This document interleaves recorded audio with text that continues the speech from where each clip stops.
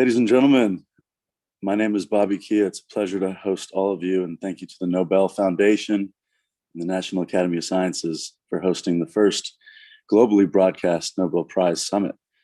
On behalf of the dedicated team at the Peace Department, our family and friends, thank you so much.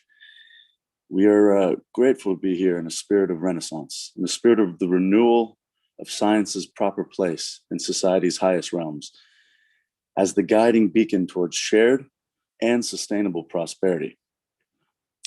The Peace Department is honored to be included as a solution session to share our conception of a critical path framework towards the twin goals of a net zero future, as well as global socioeconomic justice. We and our growing coalition of like-minded partners sit at the vital intersection between scientific innovation and global affluence. And by marshaling leaders from private, public, philanthropic, as well as indigenous and faith communities, we can tackle perennial interdisciplinary challenges with a full spectrum, multi-stakeholder approach, technologically impossible only decades ago. Collectively, we have access to the resources and data we need to develop a critical path forward. The data to make informed real-time decisions that target inefficiencies and product and service gaps by optimizing for financial metrics alongside the desired socioeconomic and ecological outcomes. Yet the Peace Department serves not just as a nonprofit sustainable investment consultancy, but also as a shared resource platform, streamlining intelligence and investment resources for the global community writ large. As a shared resource platform, we are committed to the mission of helping organize and coordinate the required resources to create global information symmetry. As our dear colleague, Richard Zimmerman says, a dashboard in the sky to empower global leaders with the objective, scientifically determined intelligence, confidence, and support they need to lead their respective communities. My enthusiasm for our journey stems from our collective and collaborative approach. On the road to COP26 in Glasgow, the global community is rightfully beginning to convene around best-in-class solutions, and the Peace Department is honored to share this journey with the organizations represented by our speakers today, as well as the Nobel and National Academy of Science communities. Our esteemed speakers will illuminate elements that collectively represent a united front, a level of coordination and cross-border collaboration that our goals, our global goals, really demand. First of all, science-based goal setting. Secondly, technology development. Thirdly, comprehensive planetary and SDG data intelligence. Fourthly, strategic and efficient resource mobilization. And finally, omni-considerate and autopoetic, in fact, policy frameworks. Please allow me to now present 9 brilliant constellations of expertise, 9 complementary elements, collectively revealing indeed a critical path towards a net zero future and a prosperous future shared by all Earth's inhabitants. Today, I'm grateful that my co-founder, James Sternlicht, will finally have a chance to present the critical path framework we've been crystallizing since meeting 2 years ago at the Nobel Prize Forum in Oslo. I am honored to now introduce my co-founder and the CEO of the Peace Department, James Sternlicht. Hey everyone, pleasure to meet you. My name is James Sternlicht. I am the co-founder and CEO of Peace Department. And so I think, the first place that we'll start with is, why did we establish this thing? What is it here for? And the story of that journey, I can take it from many points, but the story that really begins back a couple years ago when Bobby and myself met at the Nobel Peace Prize Forum in Oslo. And we were kind of looking around and sharing our experiences. And what we'd seen was a lot of amazing conversations with amazing people, but people were talking past each other. We weren't having these conversations in the face-to-face direct way we needed to in order to actuate on the global goals we'd set. In 2015, the nations of the United Nations came together with 17 categories and 169 goals that were the Sustainable Development Goals. For the first time in history, we had this unified front as to where we wanted to go. However, we lacked the mechanisms that kind of said, okay, philanthropy, you take this piece. Investment, you take this piece. Government, we need this support here. Those things just didn't happen. And the conversations we had continued again and again to have this really feel good quality about them without action coming from them. And so we sought to solve that, and we said, how would we do that?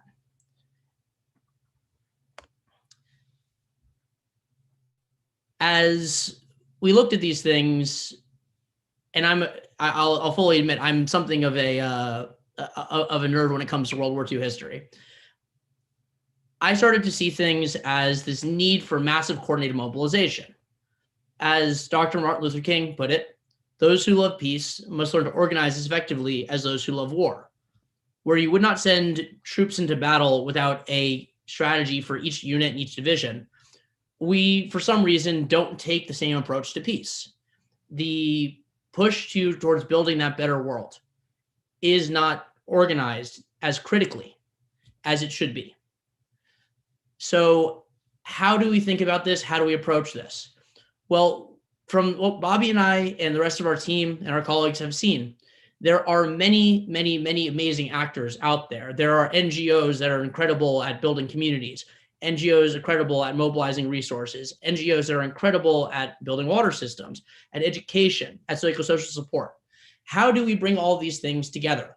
Well, they have to be done in the correct sequence with the proper resources, and there needs to be the ability to have a handoff from a well-developed, philanthropically oriented system to a market-based economy that is supported by the work of the large development finance institutions, multilaterals, and local and international governments, so that the work can be done well. So that's what we're working on today, and that's what we're here to present. So today we present this in the form of something of a narrative. Whereas in the past, you may have seen panels where each person kind of got up and did their bit, and the pieces didn't talk to each other. Instead, today we're going to address this in a more directed fashion. So we'll begin with addressing the state of our natural world. Dr. Martin Weinstein of the Open Earth Foundation and Yale Open Innovation Lab will speak to the state of our natural world, which is obviously the most macro problem that drives our global dysfunction. And we will then go to an assessment of where we are, in our human world. Ade de Montego, from formerly of CGAP, now of BRAC, will give us an understanding of where we are, and also give us an understanding of what the best systems are to addressing extreme poverty. This is something known as a graduation approach. From here, Pierre Ferrari, CEO of Heifer International, will describe one of the most impactful philanthropic efforts that we have seen in terms of community building. That ties into what our friend Richard Zimmerman will present, which is how private investors can support their work, followed by our friend Zoe Knight from HSBC, who will talk about how large institutions can support that infrastructure that is needed to make private investment feasible. But also we'll tie into our next speaker, Bill Sonborn, from the senior director of the IFC, the IFC being an institution that seeks to de-risk the issues we face in building in emerging markets.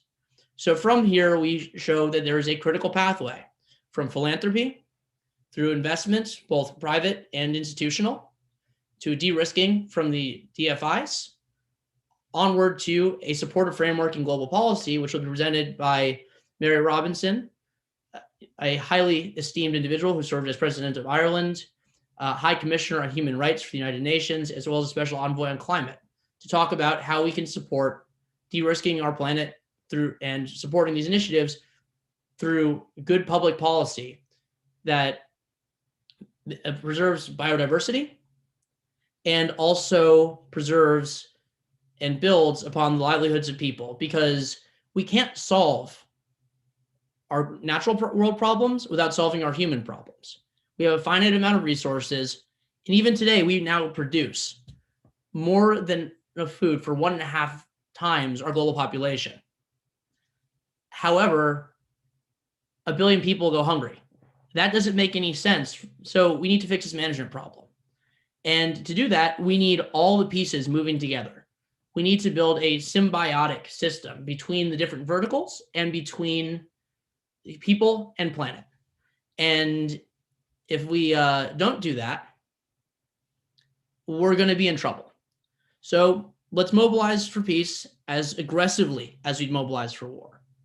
Let's take a step back from the world that we're in and go build something that is better. We can thank the current system for its service. It has given us so much, and we wouldn't be able where we are today without it.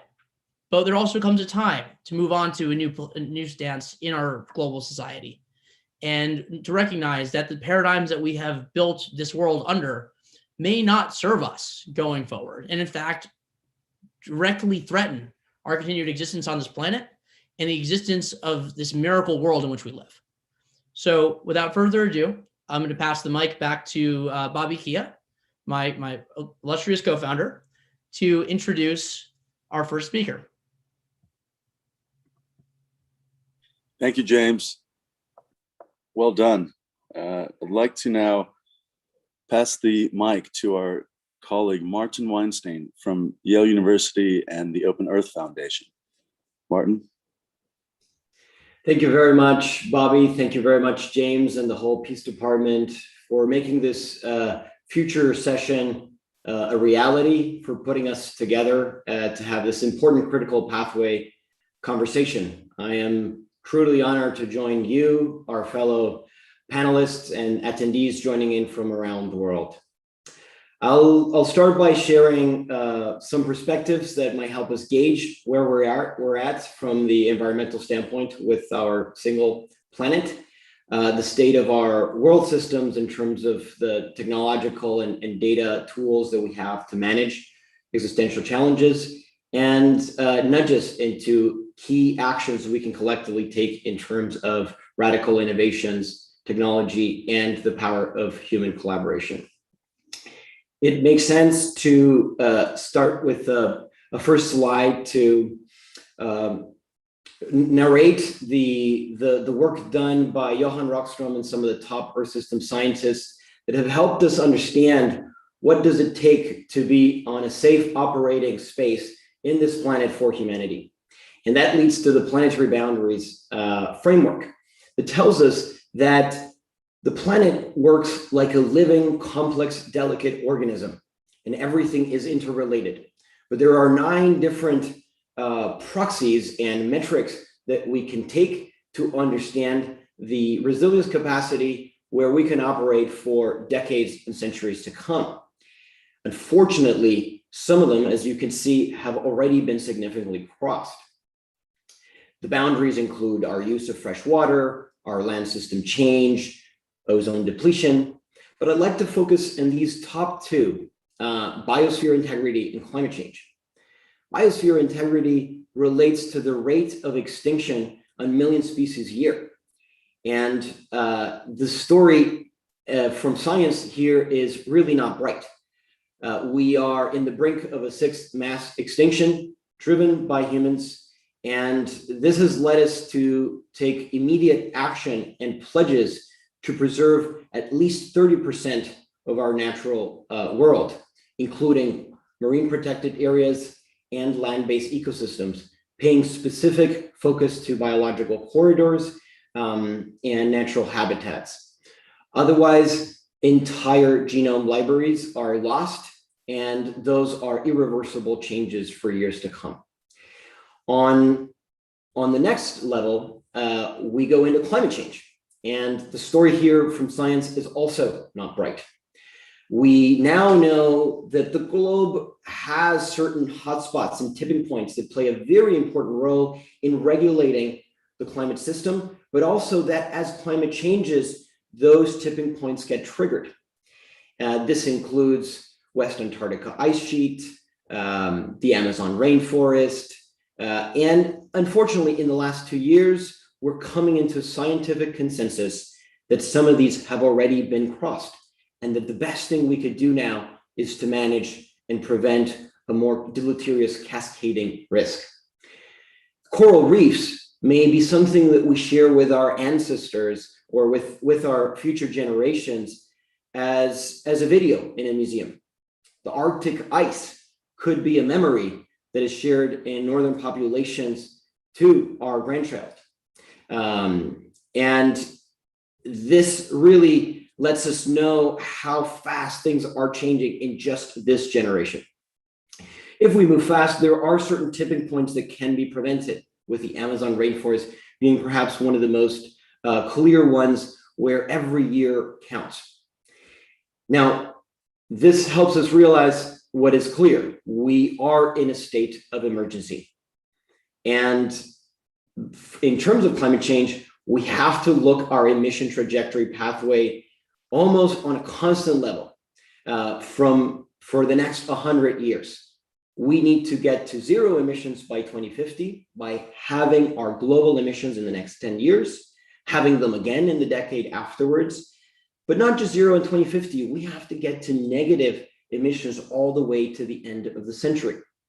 So this requires an unprecedented mobilization of change in our energy and our industrial and our land system management. Now, the beat for how we deal with that careful accounting and emission reduction lies with perhaps the most important instrument we have, which is the Paris Agreement. Now, I wish I'd be able to say that we have perfectly symmetric information when it comes down to climate data. The heart of the Paris Agreement lies in this beat of global stocktakes, where countries present their inventories vis-a-vis their nationally determined contribution. We ratchet those emissions constantly. So this is a global accounting exercise. But the data infrastructure, the digital infrastructure we have is currently fragmented. It doesn't allow us to do these stakeholder actions constantly in a low cost. In fact, if we think about the role that non-state actors play in climate change, individuals, organizations, corporations, cities, and subnational states, their pledges, their climate data are not automatically rolled up to the inventories of countries. And the relationship between how countries present climate data information to the UN Climate Secretariat still relies on a lot of manual processes. Furthermore, how our world actor climate data system interacts with our Earth observation system from sensors and CO2 sensors doesn't create a double entry bookkeeping to perhaps the most important account that we all share, which is our atmospheric record. So we have a very important opportunity to be able to create new technological data frameworks that can nest our climate footprint between individuals, corporations, cities, subnational actors, countries, all the way up to what we all share, which is the planet. And for this, leveraging state-of-the-art digital technologies such as internet-connected sensors, artificial intelligence, big data handling, and distributed ledger technologies like blockchain to create trusted records and automation becomes a very important piece for how we navigate this process going forward. This just illustrates a core area of fragmentation, which is our entire booming technological sector, particularly on the private side, doesn't necessarily speak perfectly to the earth science sector. In fact, a lot of the solutions that we have to manage earth systems rely on fragmented solutions and siloed approaches. Collectively, as a civilization, we now have the opportunity to also leverage decades of innovation to put together an operating system for our spaceship Earth. And that requires open, transparent digital technologies.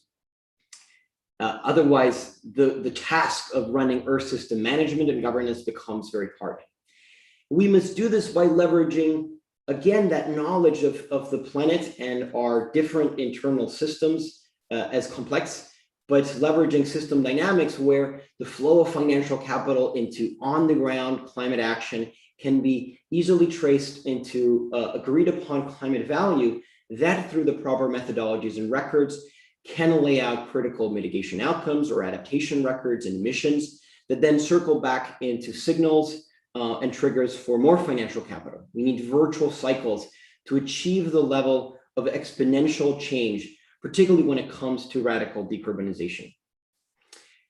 Now, if I may summarize some of the key points that we can consider as this community comes together, is understand that just like us, the planet is a complex living organism, and we must leverage state-of-the-art science to understand where our best chances are by identifying leverage points and tackling that at a systemic level. Second, that we must think about exponential innovations just purely from the relationship that time has put over our burden, and the role that digital technologies can be critical tools in helping us work as an orchestrated organization to do Earth system management. But finally, the most important piece, the most important technology we have is the power of radical human collaboration. And this is perhaps the one most important call to action we could do today.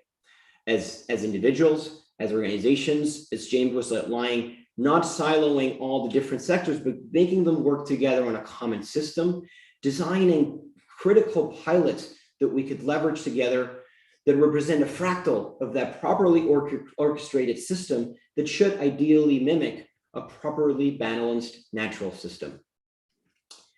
Otherwise, we have a grim future ahead, but what we do know is that we have a huge capacity when we are faced with this existential crisis that we have.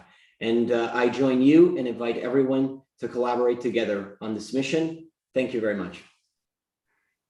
Thank you so much, Martin. And allow me to now present Aude de Montesquieu from the Brack Institute, who's helped discover the graduation approach, and we'll share more about that. Thank you, Aude. Thank you very much. I'm very happy to be here on behalf of Brack's Institute for Governance and Development. For those of you who are not familiar, Brack is one of the largest NGOs in the world, and it's focused on poverty reduction through social and economic programs. At BIGD, I focus particularly on digital innovations that can help economic inclusion and graduation programs scale up. So first, if you can bring up my first slide. Thank you.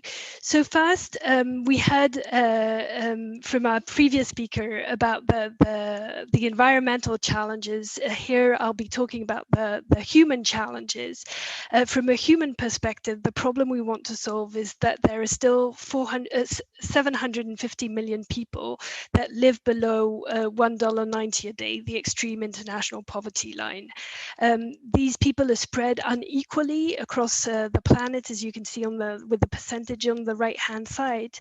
And as Martin pointed out previously, a lot of the environmental challenges cause fragility, and more people are stuck in poverty traps in fragile and conflict-affected areas.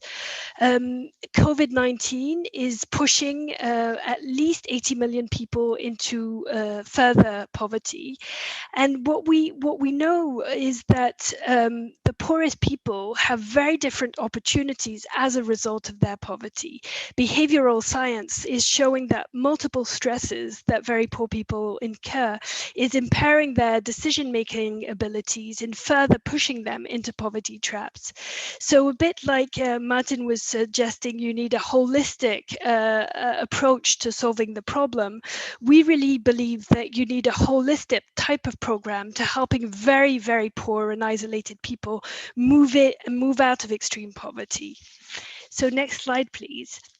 So what do we mean when we say graduation? Graduation is an imperfect shorthand for graduating into sustainable livelihoods.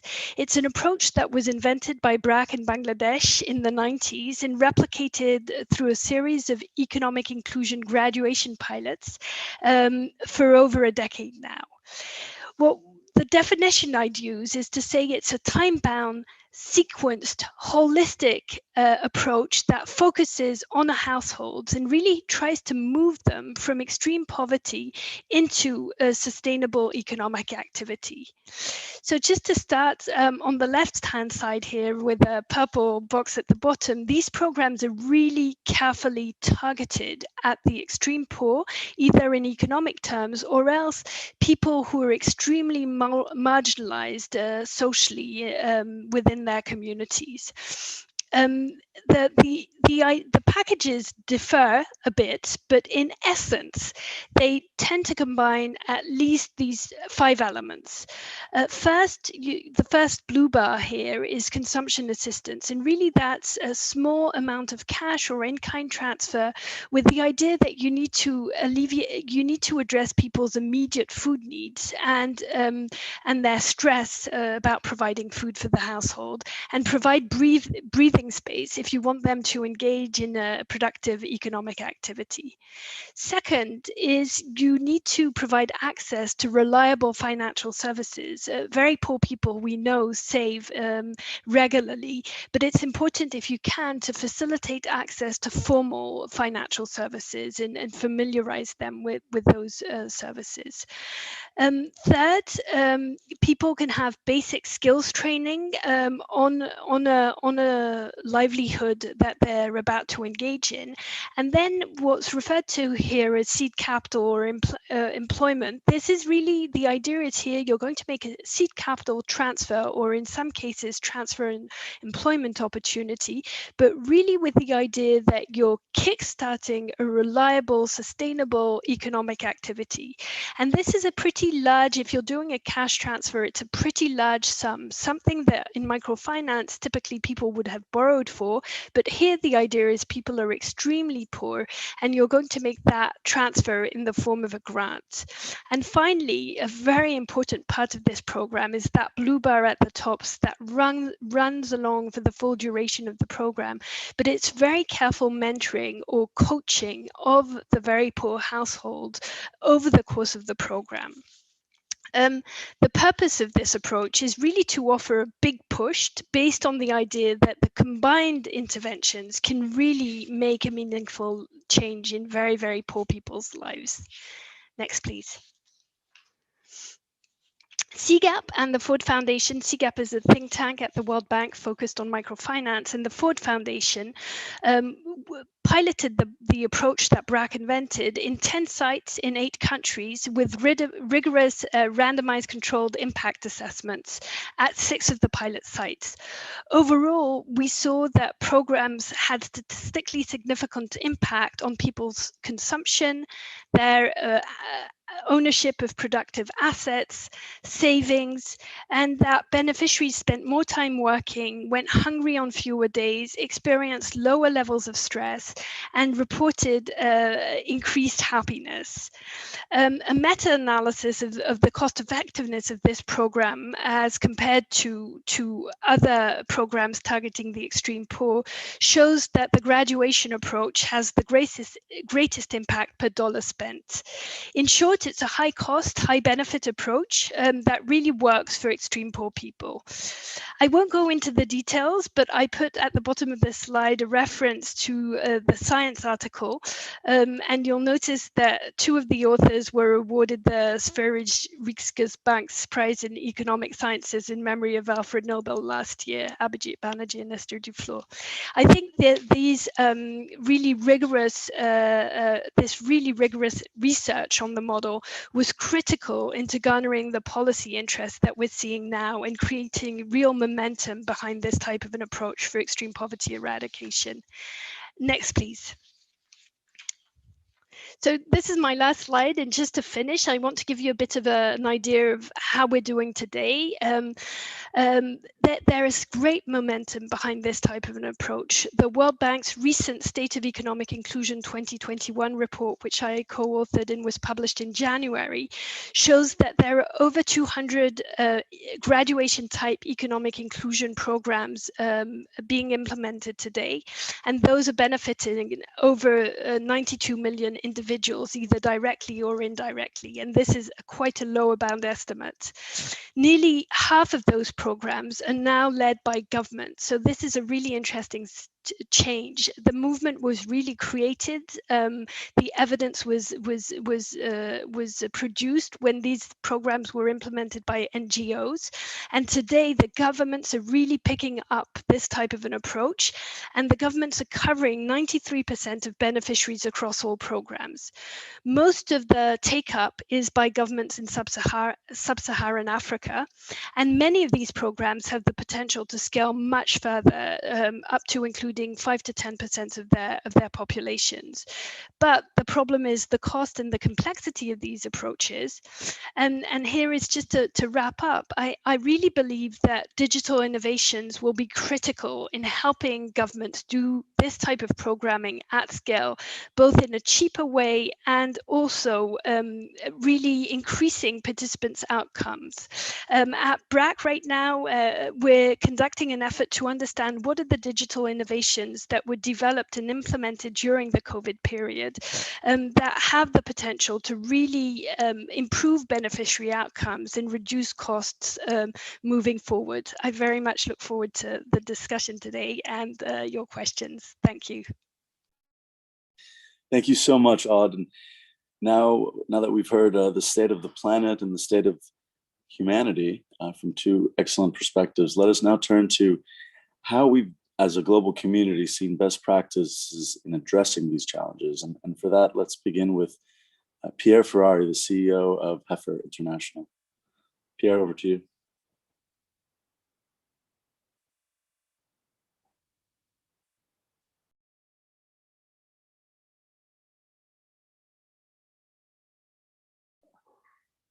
Can you hear me now? Yes. I just wanted to thank the organizers and Aude for her excellent presentation. Our approach is very grassroots. We've got decades of experience in how change actually happens and is actually sustainable. And at the base of what we do is psychosocial change. It's really psychological change that's required among the very poor to essentially take hold of their own future and develop a level of self-reliance and mutual accountability for the work that they want to do. We do that through what we call values-based holistic community development. And it's techniques that most of you will be familiar with. We put a group of women, we mobilize a group of women together, probably around savings ideas. But I think the big difference that sort of describes Heifer's work better is that we use a set of systems called 12 cornerstones, which are a series of values and approaches to their lives which they've never confronted before. And those discussions begin to develop a shift in psychology from a sense of hopelessness about their lives. And Aude mentioned, poverty traps, et cetera. And remember, the communities, the poorest communities we work with, have been captured in multi-generational poverty. Imagine what it must be like to know if you ever known your grandparents and your parents and generations before that, absolutely stuck in poverty, constantly struggling to find enough food, etc. The fact that these folks are actually still functioning at all still always amazes me when I'm with these communities. But there's a spark, and mostly among women. Women is the place where it's a sort of a portal to get change happen. We believe, and we have our CT work like BRAC does, to show that if there isn't this shift in psychological perspective on their lives and their opportunities and their view of future, it doesn't matter how much training, it doesn't matter how many animals you place, it doesn't matter how much seed, it will work for a little while and then evaporate.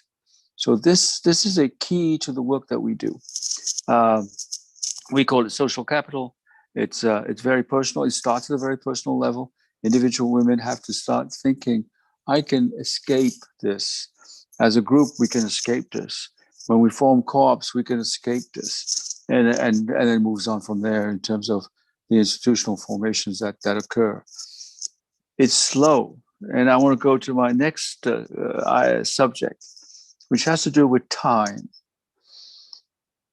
The mobs, and I come from the business world, and I've been doing this development work now for the past 10 years.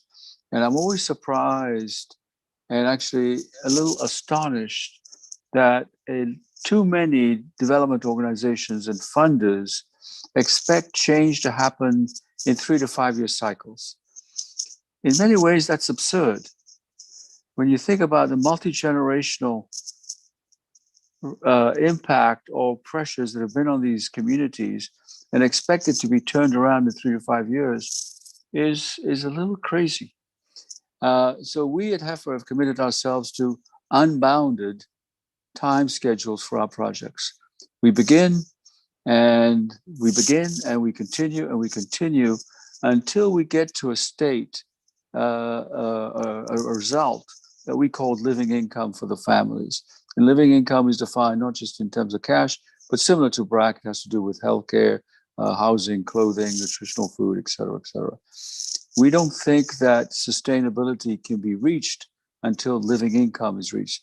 So to say that income has been improved by 500%, in our mind, that may be good, may not be good, because it will not reach a certain threshold that's required for continuous improvement. And notice also that the psychological changes that come with success is also very important. And that takes time. And that leads, and why time?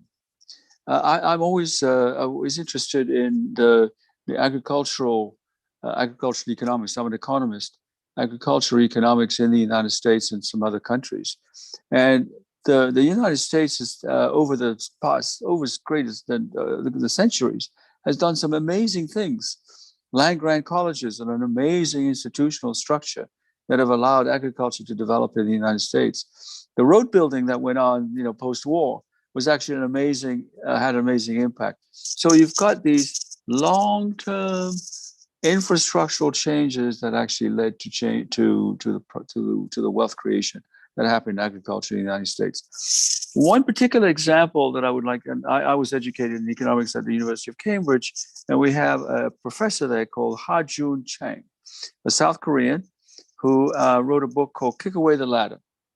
And for those of you who are interested in agricultural development, I would look at his work, because he describes exactly how the South Korean utilized both policy and incentives to develop their agricultural sector so that it would generate the savings with which they invested in industrial development.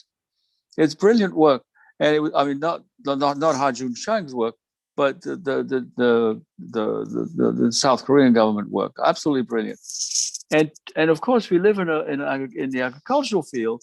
We live in a world that believes in the liberal system of opening markets, which of course is the worst thing that could happen to these poor agriculturalists. Absolutely the worst thing. You can go to Haiti, and bless his heart, Bill Clinton opened up the market for chicken and rice. He destroyed the industry in Haiti, and now the Haitians are totally dependent on imports from mostly the US for chicken parts and rice. Absurd. And we continue to make those kind of mistakes. So our perspective is you're going to have to take the time for the psychosocial change that's required. And it costs money. Unfortunately, it costs money. But to transform people from a sense of hopelessness to hopefulness does take time. And it's not an instantaneous movement. You can continuously work with them. Then with enough time, you can start building and adding resources, adding the capital required, the infrastructure required, et cetera. And the perspective always has to be that the wealth that's going to be created needs to be preferentially distributed to the farmers. This is a sort of a liberation theology idea, but it is a very fundamental idea that you need to make sure that the work that is done is preferentially distributed to the poor. That is not so easy to do, because you have, the moment you begin to build success and you build, let's say, cooperatives and processing units, you will have a lot of other players who will want to take most of the profit and the wealth creation away from the farmers. Because right now, most of the communities we work with, I'm not going to generalize beyond the communities we work with, and we work with millions of farmers today.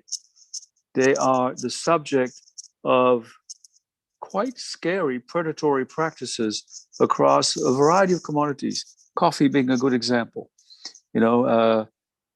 Starbucks, for example, is able to get $4 for a cup of coffee. Meanwhile, the farmer gets about 2 cents of that. That surely is not a preferential distribution of the wealth that's created of that cup of coffee. Anyway, I'll stop there, but that's the perspective that we bring to this discussion, which I'm very glad to be part of. Thank you so much, Pierre. And now that we've heard really the need, let's transition to the private markets and think about what is it that ultra high net worth family offices, institutional investors, perhaps, what are the private markets looking at, and how can we look beyond philanthropy to tackle some of these challenges? For this, we turn to Richard Zimmerman, close friend of the family, and thank you, Richard. Take it away. Thank you, Bobby. And thank you to the Nobel Summit and my fellow panelists, and especially to James Sternlicht and Bobby Kia and the Peace Department team for putting together this terrific panel and the very timely and important discussion today. My name is Richard Zimmerman. I'm a partner at We Family Offices, and we work with global ultra high net worth families in all areas of wealth management, including what we call values aligned investing. So that's otherwise known as ESG and impact investing. And it's really what Bobby's referencing in terms of the private capital of the world from a family's point of view. Each family may have their own areas of passion and interests, and some things include social causes such as affordable housing, financial inclusion, and diversity. And they also can include environmental themes like climate change, alternative transportation, sustainable ag, and renewable energy. Due to my role, I have a broad view of the ESG and impact landscape, from investment funds and direct companies to data providers, not-for-profits, NGOs, and academic groups. And I'm really pleased to report that the overall impact ecosystem is growing rapidly, and there couldn't be a better time to invest your capital for good causes. However, I also see some ways that we can improve the impact investing system in order to attract more capital and further create positive impact for the people and the planet. So for this session, I've been asked to discuss two main topics. One, what's the current state of impact investing? And two, how can we build the impact investing infrastructure to increase scale and support human interventions and technological innovations much further, both in developed countries and also, most importantly, in developing regions? I'll discuss these topics from the perspective of the family office space, which is a large and influential set of global capital allocators who have a key role to play in the critical pathways discussed today. The good news is the family offices, by their nature, have been strong contributors to philanthropy and ESG and impact investing already. So in terms of the first question, what's the current state of impact investing? Here are some stats. According to a US Global Family Office report, the GIN and other groups, 1 in 3 family offices are engaged in sustainable investing, defined as ESG and thematic investing, that's mostly in public markets. And 25% of family offices globally invest in impact investing, that's usually private markets. Popular themes are climate change, agriculture and food, funding projects that improve health, social care, education, inclusion, and financial access for people in developed and developing countries, as well as investing in people in the workplace and along the supply chains. A lot of what we've already talked about today and what's along this critical pathway. In terms of performance, many studies are now showing that with ESG and impact investing, you can have strong financial performance and impact returns. This is bringing more confidence to investors. They do not have to sacrifice returns when investing for good. Interestingly, almost 40% of family offices report that they're happy with their existing investing approach, but a good percentage report facing barriers. These include a lack of well-known companies to invest, investments that have a short track record, worries about achieving commensurate financial returns, difficulties in measuring impact, and a lack of education and understanding in general. So this leads to the second question. How can we remove blocks, think and invest bigger, and make things easier, both in the developed countries, but also importantly, the developing world. So here are a few ideas I have at a high level to help scale impact investing further. I'm outlining these as a practitioner in the space and what I think will help further the cause. First is principles. It's important that asset owners, product providers, and other ecosystem players all ground and guide themselves in clear, inspirational, overarching principles. The UN Principles for Responsible Investment and the IFC's Operating Principles for Impact Management are two such excellent guidelines. This is very important because it would allow us to remain highly impact intentional and keep our eye on the key issues and goals. Second is purpose. We will need to be clear about the purpose of capital to be utilized for these challenges and opportunities. Purpose will need to clearly be directed to the system as a whole for the people and the planet, as well as to gain sustainable financial goals. These must go hand in hand for us to galvanize and focus our resources for the common good. The SDGs are a great framework of common goals in which we can direct efforts and resources. We'll need to continue to translate the SDGs and other impact frameworks to the investment arena. The Paris Accord and the many global climate initiatives, including the net zero movement, are also excellent examples of focused purpose and action translated to the investment arena. The good news is that many groups are creating these bridges to connect the social and environmental goals with investments. Third are people. There's been never a better time for us to focus on the huge megatrends that are occurring, especially to how we can help shift capital for good. I see more and more people willing to commit themselves, their expertise, and their personal and financial capital to this great undertaking. We will want to become these people, align with these people, and support these people. For our products, we will need to make investment products more scalable and impact processes more defined and efficient. Even though things have improved greatly, it is still difficult to invest in the impact space and to bring things to scale.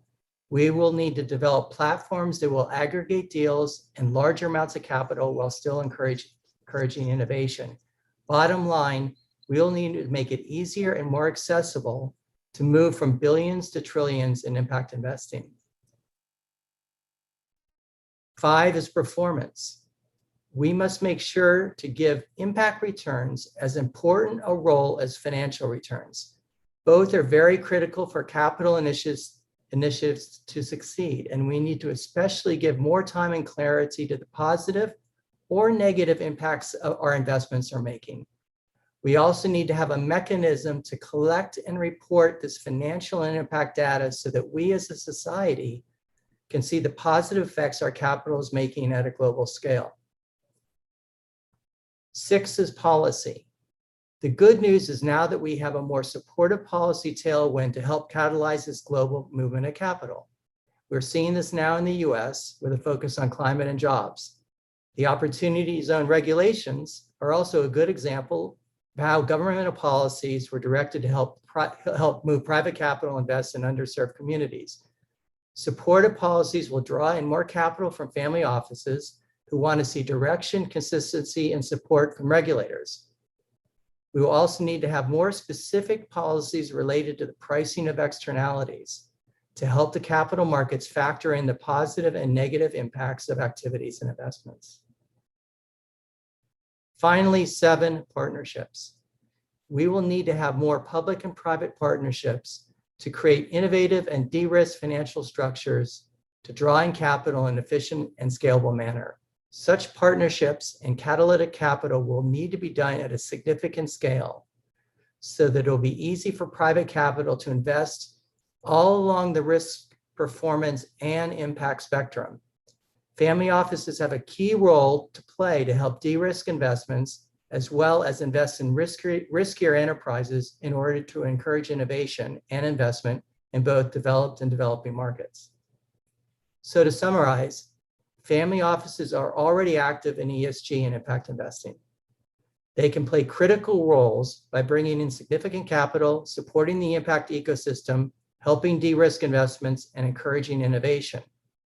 However, we need to step back and re-engineer how we're doing things to further scale impact investing.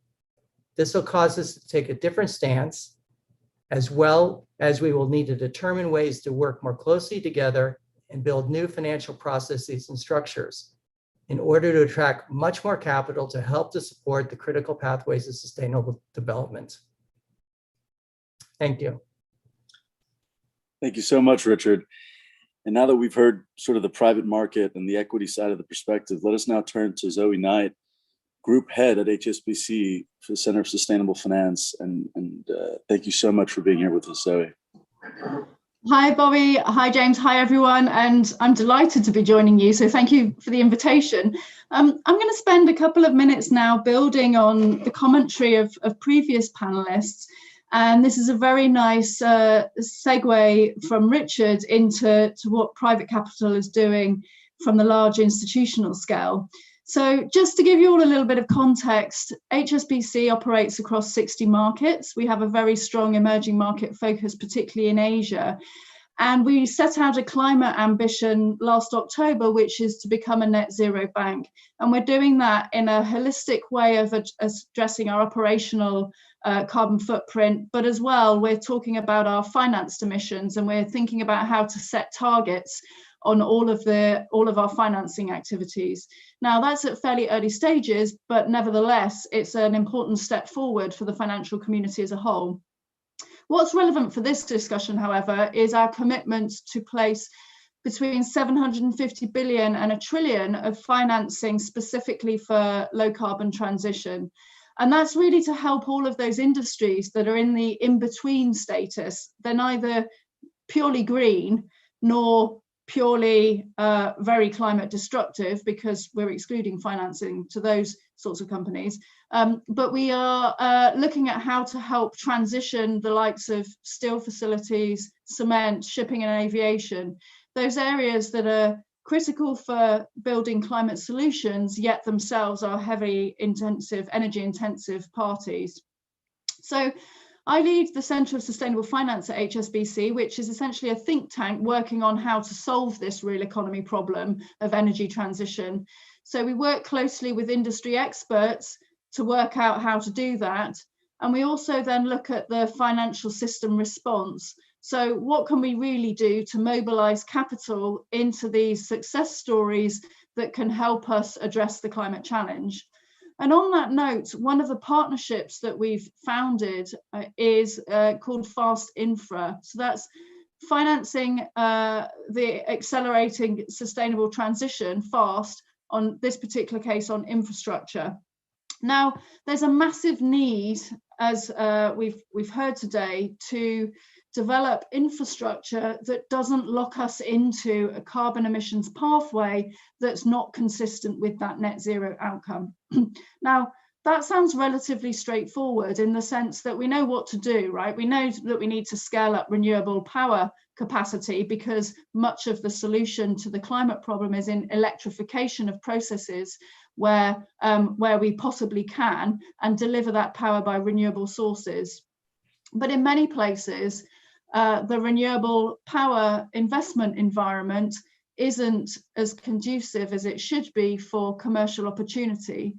So what Fast Infra does is try to look at the environmental and resilience considerations at the very early stages of project development, so that the assets that it invests in are already being built in a considered way that integrates those ESG factors. Now, if we think about the needs of the world in terms of infrastructure from now until 2030, we're talking about 6.9 trillion per annum. And clearly that's a significant number that we would need to mobilize capital towards. So the Fast Infra initiative is trying to do 5 things, 2 that are transformational and are applicable at the global scale, and 3 that are talking about risk reduction in order to mobilize individual projects. So the 2 projects that are particularly relevant for this discussion are labeling and platform. So going back to Richard's point about ESG, investors will find it a lot easier if the climate factor, so CO2, is incorporated into decision making from the start. So by creating a label for infrastructure in particular, we can really try to set up an asset class, a sustainable infrastructure asset class that captures 14 criteria that will help determine to what degree the asset itself is contributing towards an emission reduction pathway, or at the very, very minimum, avoiding a carbon lock-in potential. We also need a more comprehensive platform to be able to buy and sell assets in relation to infrastructure, and the group is working on that. And I should say that the group is made up of both commercial banks, development banks, and observers, so as to create that blended finance package as well. On the risk reduction piece, what we're really trying to do is get to a point whereby in emerging markets in particular, that commercial viability is really helped by de-risking. So you can de-risk by providing political stability, by providing a solid infrastructure for investment in the sense of governance systems in place, and provide other toolkits that help provide investors with the confidence that they can really transform their investment pipeline in those particular countries. So far, the Fast Infrastructure Group is submitting a paper for consultation in May, and that will really help with getting feedback in terms of what's working and what's not. Because on the global finance agenda, we have a lot of discussion around what the solutions are in terms of delivering net zero outcomes across the real economy. But we've got more work to do on translating those factors into an approach that can be operationalized. So I referred earlier to the fact that we have a net zero holistic approach. One of the things that we're trying to work through is how to align or how to determine pathways, emission scenario pathways, that are consistent with net zero by 2050 outcomes across different sectors, and then figuring out on our balance sheet which of our counterparties are looking at net zero plans and a climate transition plans, and which ones of those are in fact credible. Of course, industries themselves know the best way to address the problem because of the markets that they're working in and the products that they're developing. And so what we as banks and other financial institutions need to do is to collaborate across those sectors to really be able to understand which climate plans are credible for the long term, and not just something that we can do in the next year or so to solve a quick fix, but that actually have a rebound effect and make us worse off in the long run. So the Fast Infra initiative is really groundbreaking in terms of the volume of people that it's collaborating with and the asset class that it will develop. One of the other areas that I just want to touch on in the couple of minutes that I have left is the nature-based solutions piece, and also the appetite of investors for ESG integration. So HSBC ran a survey last year that really asked issuers and investors what their attitudes are to ESG investing, and 94% of them said that it's very important to their criteria. Now, that's not really that much of a surprise, because the appetite has been improving since the Paris Agreement. But what is critical to this is that it's brought in investors from different regions. So the survey was global. It tackled Asia as well as the Middle East, and that's where we're seeing increased appetite for change, which is of course important. In terms of green labelling, and I'll get to nature, one of the other interesting trends that we've seen this year is that the sovereign green bond market is accelerating in momentum. So, of course, COP26 in Glasgow has a very strong finance tilt and a very strong raising climate ambition tilt. What we're seeing is sovereigns are starting to endorse their climate strategies by issuing green sustainability or social bonds. And in fact, in the first 6 weeks of 2021, we saw a quarter of the entire issuance of 2020 demonstrating that faster pace. So that's all very positive in terms of the sovereign signalling that they're taking the problem seriously.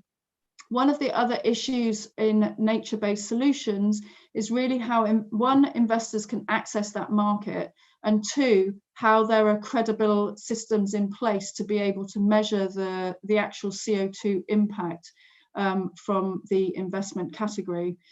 So again, recognizing that this is an emerging space, HSBC formed a joint venture with Pollination, a consultancy and strategic initiative to try and develop the project capability to attract large-scale funds. Because what we're seeing is that as companies raise their own climate ambition, they're talking about how they get to net zero themselves. And in some cases, they want to provide investment to actually address the emissions that they're responsible for in their entire history of operation. So that might be back over the last 10, 20, 30 years.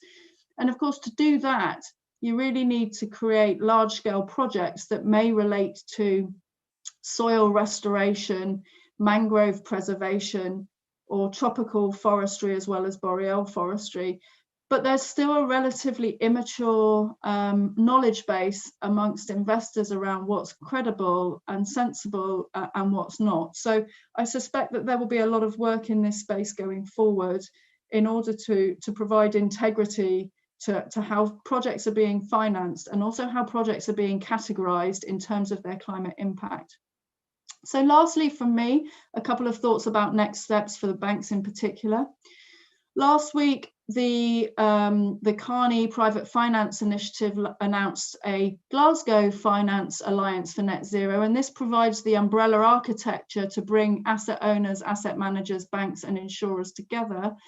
And 43 banks became founder members of the Net Zero Banks Alliance.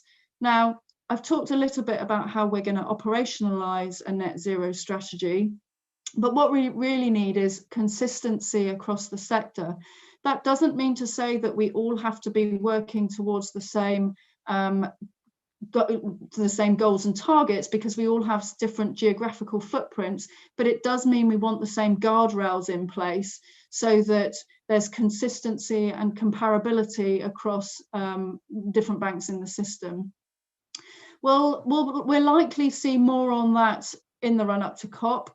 The Sustainable Markets Initiative set of banks, that's 11 banks that HSBC chairs, are working on a practitioner's guide for operationalization, and that's to be published around the G7 in June and followed up by a bit more detail in September.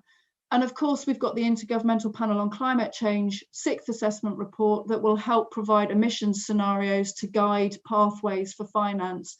So I'm looking forward to seeing the outcome of that in July.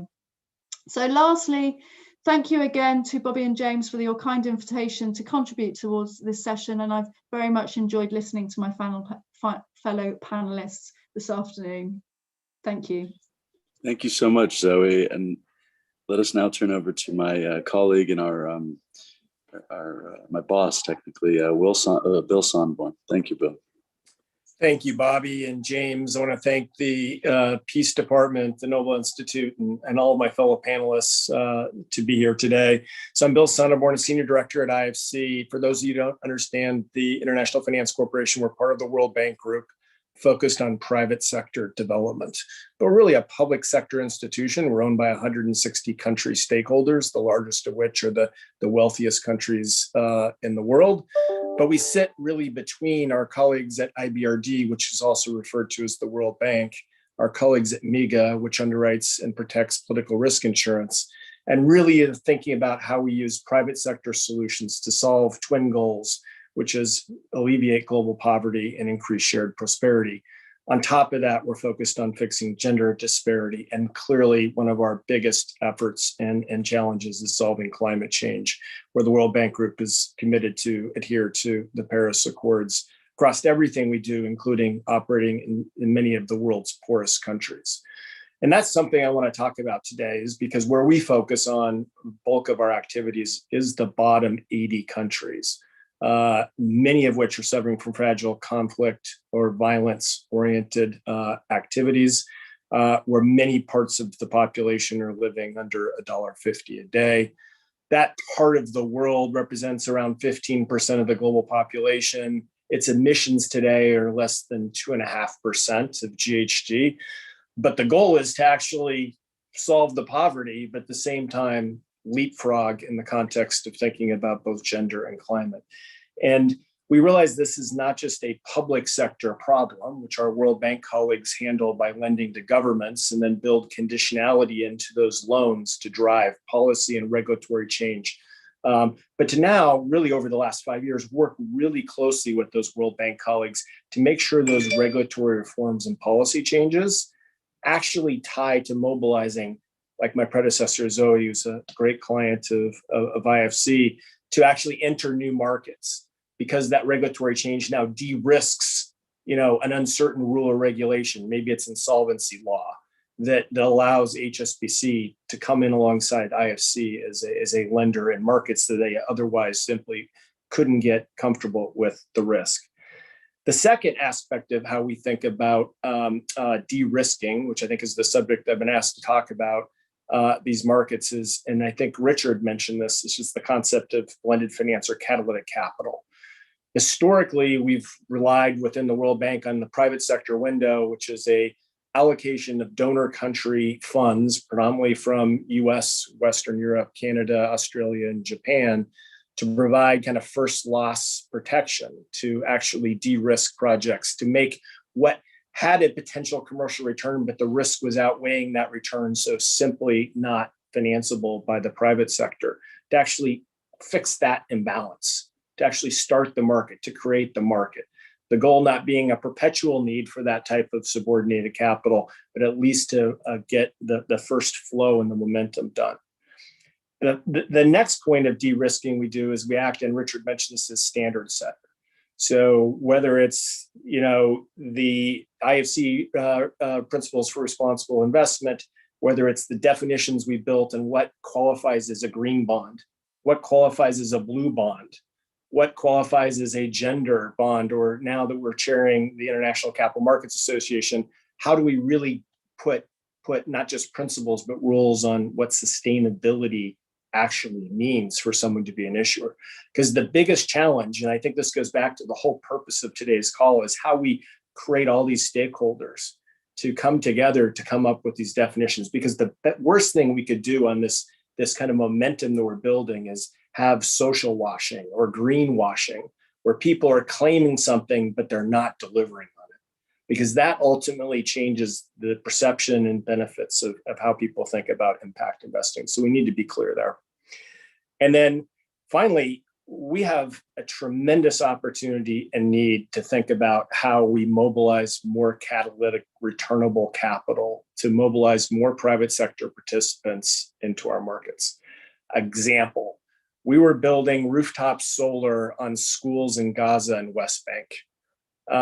And we actually helped IFC from an upstream perspective come up with the project in the first place, find the developer, change with our World Bank colleagues rules within the West Bank and Gaza to have enforceable power purchase agreements.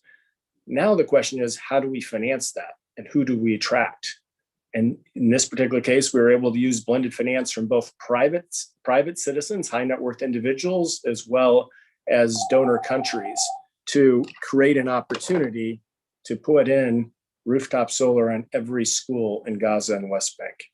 That transaction simply could not have happened without people willing to provide through their charitable or foundation means, that first loss capital. It has turned out that first loss capital is not only going to get returned, both an attractive 12% IRR, but at the time it was risky.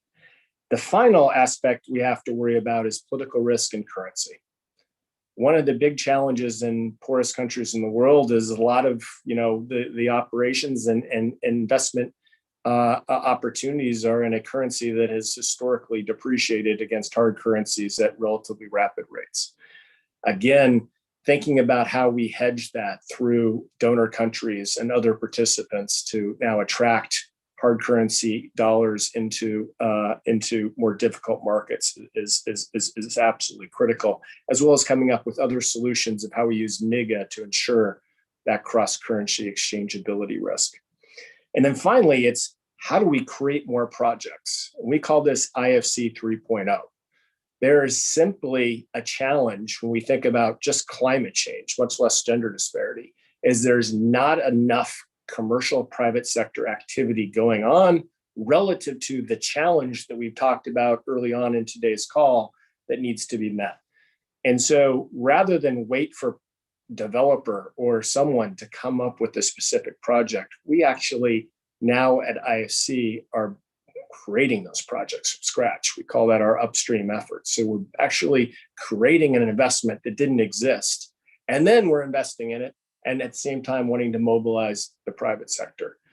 And so that's also another element of how we think we can be kind of a window to the massive capital needs of emerging markets for all of the important SDGs in the private sector, is really through increased efforts of how we mobilize non-traditional segments. Historically, IFC's relied upon other DFIs as its mobilization partners, occasionally some private sector banks in the case of our lending operations, but we need to do more. We need to bring Richard Zimmerman and all of his clients into this problem. We need to bring corporates into this problem. We need to bring BlackRock into this problem. And so IFC is doing a substantial amount of outreach to really be that kind of collaborator that ties developing markets needs and projects that we're helping to develop with financing sources that are focused on impact, with a trusted mechanism that defines what impact really means and what transparency that means and what reporting is required to back that up on a regular auditable basis. So with that, I turn it back to you, Bobby and James. Thanks. Thank you so much, Bill. And finally, let us please turn to the Honorable Mary Robinson, former President of Ireland. And we're so grateful to have you. And we'll wrap up after this session. So thank you, Mary. Thank you again, Bill. Thank you very much. And I am very pleased to participate and learned a lot from the distinguished panelists before me. I realize that we're a little bit over time, so I'll actually try to shorten my remarks so we can have some Q&A and discussion. I believe that the way to shape the institutional environment is to make it more people-centered, to have a narrative that people can relate to and make it personal in their lives. It's that important. It's a crisis. The young climate scientists keep saying to us, rightly, you're still not doing enough. You're not bending that curve enough. We're not on a safe course yet. And they're right to call us out. The Biden Earth Day Summit helped a lot, and I may be able to come back to that, but we're not on course yet. And therefore, what is it that can really make it personal? I believe that it helps if we understand the layers of injustice that are involved in the climate crisis. I have identified 5 layers of injustice. The first layer is that climate change affects the poorest countries, the poorest communities, the small island states, the indigenous peoples disproportionately and much earlier. And they're not responsible largely for the problem of the emissions. That's a big injustice. Secondly, within that, there's the gender dimension, that women have different social roles in many countries. They have less power. Often they have less rights, including land rights, less access to capital, but they have to put food on the table in drought. They have to go further for water and firewood and so on. They have to make their communities resilient. If we think about it, both the both of those categories are largely the Black and brown and indigenous peoples of the world. So it's also a racial injustice. The third injustice is the one that children have been reminding us of over and over, the intergenerational injustice. And they're right to ask us to pay more attention to the science, and they're right when they look around and see that they're not going to have a safe future for their children and grandchildren unless we change more. The fourth injustice is a more subtle one, but really important. It's the injustice of the different pathways to development. Industrialized countries, we built our economies on fossil fuel. Our responsibility now is to wean ourselves off much more rapidly than we're doing, and do it with just transition for the workers and their communities. What about developing countries? I was the special envoy of the Secretary General before the Paris Agreement, and I witnessed that in their intended nationally determined contributions, the developing countries and the small island states said, we want to go as green as possible, but we will need the investment, we will need the skills, we will need the transfer of technology, we need the intellectual property, and we haven't shown that solidarity enough. Developing countries have to take their people out of poverty. We've heard very good discussions about taking people out of poverty. It's a priority. If they go the dirty route, they will be affected first. That's the injustice. It will affect them more quickly, but the whole world will be affected because it will use up the carbon budget. So it makes every sense for us to show more solidarity and get that investment into the developing world. The fifth injustice is the injustice to nature herself. There's reference already been made to the loss of biodiversity, which is extremely severe. In a report in May 2019, the extinction of potentially 1 million species. And we're not on course, and we have an opportunity again this year, as well as COP26 in Glasgow. We have Kunming in October, and we've already heard reference to the need to preserve 30% of the land, 30% of the oceans. Why do I say that the justice lens is a really important one in trying to get decisions? Because I saw it. I saw it in the context of the Paris Agreement. I was the special envoy, as I mentioned. I was a close witness. I saw that in the ministerial meetings and the informal ministerial meetings that the French presidency organized, the conversation focused a lot on Tony de Brum of the Marshall Islands speaking about his country and the existential threat he faced. Do you want my people to disappear? Do you want my country to go under? And this was in the ear of the other participants. And when we got to Paris, they formed a high ambition coalition. Yes, the European Union and the United States were part of it. And yes, it was important that before that, President Obama and President Xi had kind of matched each other with the fact that, yes, we were going to have a Paris Agreement.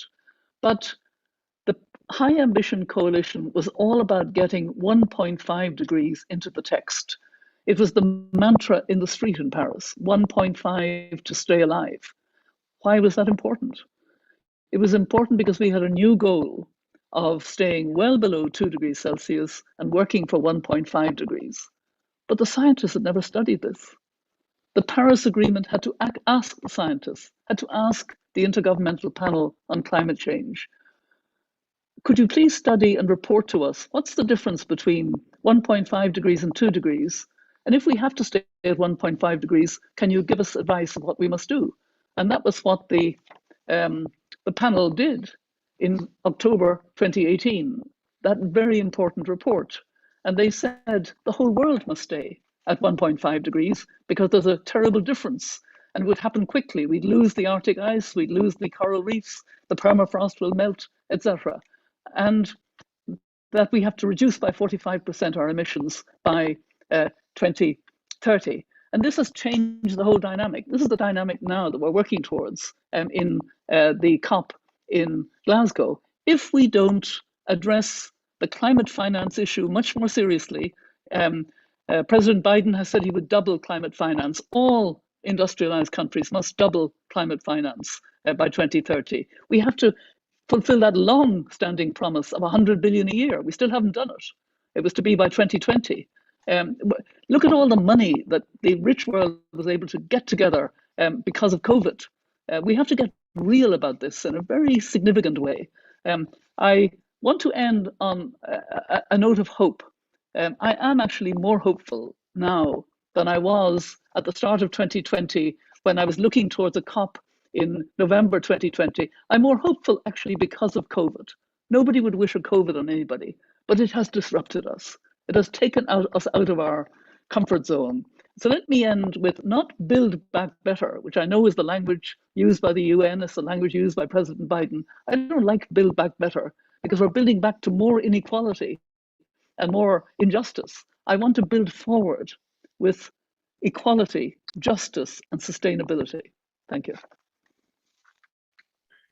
Thank you so much, Honorable Mary Robinson. And now we'd like to transition, if we have time, and I'd like to ask my colleagues to Arpietti, our friend Arpietti at Ergo Intelligence, to help us moderate a brief discussion at the end of the session. Thanks, Bobby. Thanks, everybody. I've had the pleasure of being involved with development for about 30 years, and this is as impressive and thoughtful a group as I've seen. Thank you to the Nobel Summit. Thank you to Bobby and to James and the Peace Department. The Peace Department, it's not just a great title, but as I think we saw today, it's an impatience to get to outcomes. It's a search for new approaches. And I think James and Bobby, and what you've seen here today is, I think they have the opportunity to bring a younger audience to these challenges and to increase global collaboration, maybe the radical collaboration that Martin spoke of. And Bobby and James, you set the table for us. You got us all excited. There's a lot to do here. So now help us mobilize, help lead forward. You've got some work to do. We don't have a lot of time left. So I want to turn back to President Robinson. I as always, was so inspired by your words. And I think you hit on a couple of obviously very critical issues. I want to focus on two. One is you said you think this is a moment of hope because of COVID-19, perhaps because of the X-ray it puts on the global inequities and what we can see. And you also encouraged us at the beginning of your talk to make it more people-centered, to make development more personal, the search for global development more personal in the lives of individuals, to broaden and deepen the global development. Have you seen any important ideas, or do you have any lessons you can give us on how to make the search for global development, how to make the search for global equity more personally meaningful to a broader audience? I really focus on the crisis that climate presents. This decade is the most important in human history. If we don't bend that curve and get on track, we won't have a future. It's that important. So I tried to say to every audience, everybody needs to take 3 steps. First of all, to make the climate crisis personal in your own life.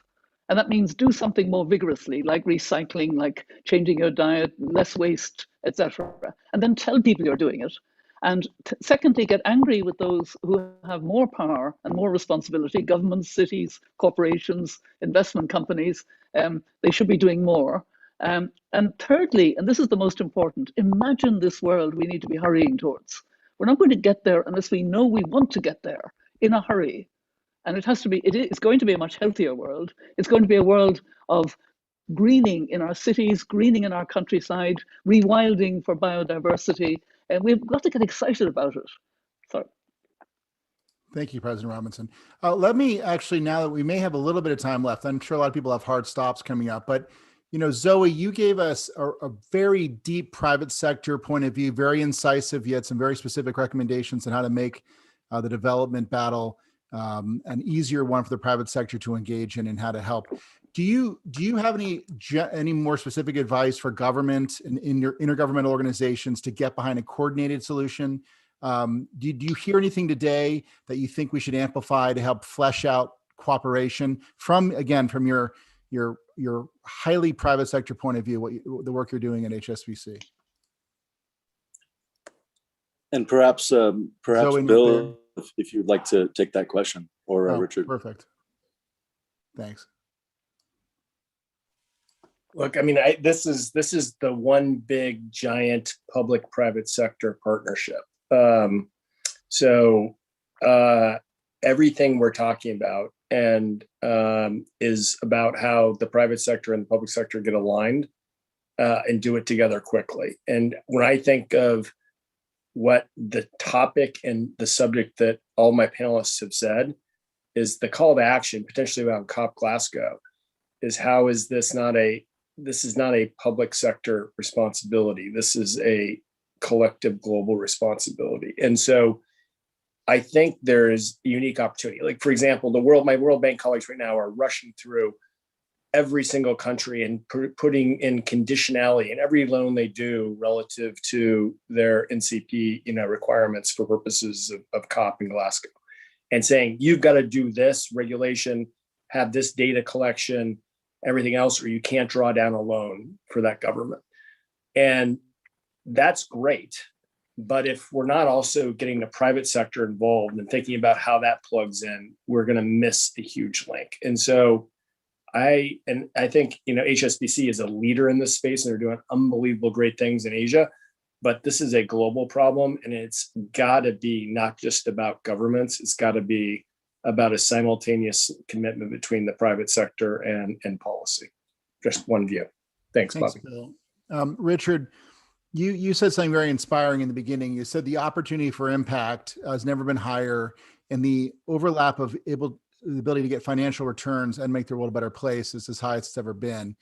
And I know you're working very hard to get ultra high net worth investors to see that they can put their money to work here, get return, and also improve the world.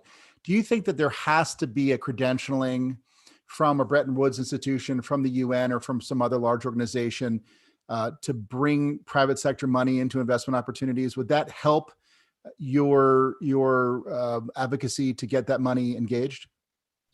That's a great question. Initially, if I was asked that a couple of years ago, I might say no, in the sense that it would be too early for that. We need to encourage innovation across, and you don't want to have a mean being set that was lower than maybe what it could be. So, but is there a good housekeeping seal of approval, for instance, in this? I think we could head to that if we had some very key groups that could do it. But I think it would be a good leading indicator, but I still think that we'll all have to do our own due diligence, and that'll have a chance to even go deeper and push the field farther along. So I think it could help, but I don't know if it should just be one thing. Thanks, Richard. Bobby, I'm going to turn it back to you and James. Thank you for giving me the chance to interact with this extraordinary panel. Thank you for putting this together. And thank you to all these great panelists. And specifically, again, thank you to President Robinson for the decades and decades of work you've done, both for your country and for the UN and for others. It's an honor to be in your presence. Thank you. Thank you so much. And with that, let me turn it to James just for any closing words. James? Sure. So, first of all, thank you so much again to our panelists for joining us today. Obviously, we couldn't have done it without you, and many of you have laid the groundwork for the way that, we're looking at this now. And, as I mentioned, Bobby and I have kind of run all over the place, going to conferences, hearing people speak, learning about what we see as, a global dysfunction in getting us to where we need to be. And, just off the top of my head, one of the things that we thought was very interesting, we started touching on things like the graduation approach and started looking at the work that Heifer International is doing, started looking at the work that Mary has done and that the IFC is doing, is we looked at some discrete problems. One of those was the challenge that we now face with global migration. We see that in the United States and abroad, climate change is driving migration. And the hundreds of thousands of people who each year try to come across the southern border of the United States, leading to, unfortunately, radicalization of our political systems, for instance, where people are wondering who these people are who are going to, potentially take their livelihoods. These are people who are coming looking for a home. They're looking for a place where they can feel safe, because the damage that we're doing to our environment, the legacy of thoughtless action and intervention, has led to instability of their economic lives and in their environments. Massive amount of deforestation have happened in places like Guatemala, where Heifer is currently active building agricultural cooperatives. So if we start to think about it from back to front, or from front to back, Heifer International can utilize elements of graduation approach to lift people up. If we look at the cost of building that wall that the former president of the United States, he who shall not be named, let's say, was working on, that's a $6 billion project. Well, by the numbers that Odd brought to us, for $2,000 a family over 36 months, that means that we could take 2 million families, or 10 million people by average family size in Central America, out of extreme poverty and into a more stable paradigm. Would that significantly reduce immigration pressure? And if we did that, it should. And further, what it should also do is help us put carbon back in the ground through regenerative agriculture. It should help us restabilize ecosystems. So we see this as this giant connected thread where each of us can participate.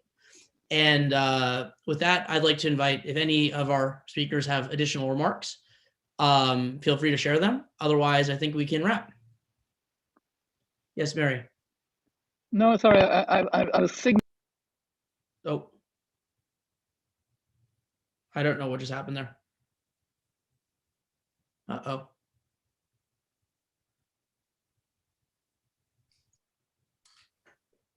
All right, I apologize for that, guys. I don't know what just happened there. Probably Mary touched a button and ejected herself, but I just wanted to chime in to maybe revisit a bit that call to action that you've put together, Bobby and James. We've heard from so many different important sectors that need to work together, and echoing Mary's words around making things very personal.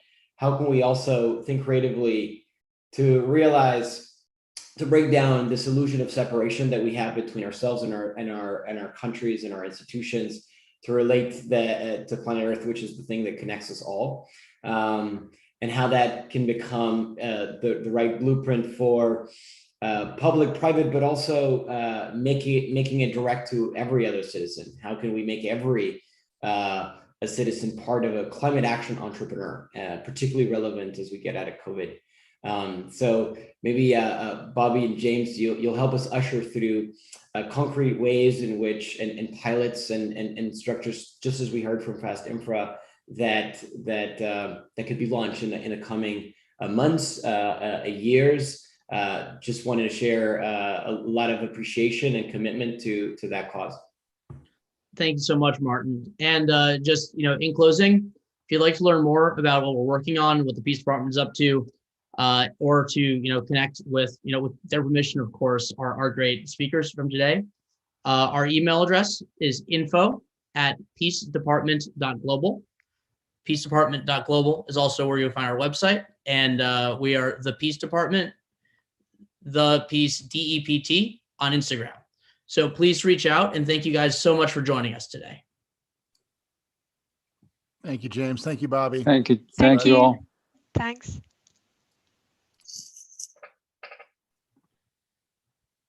And we out.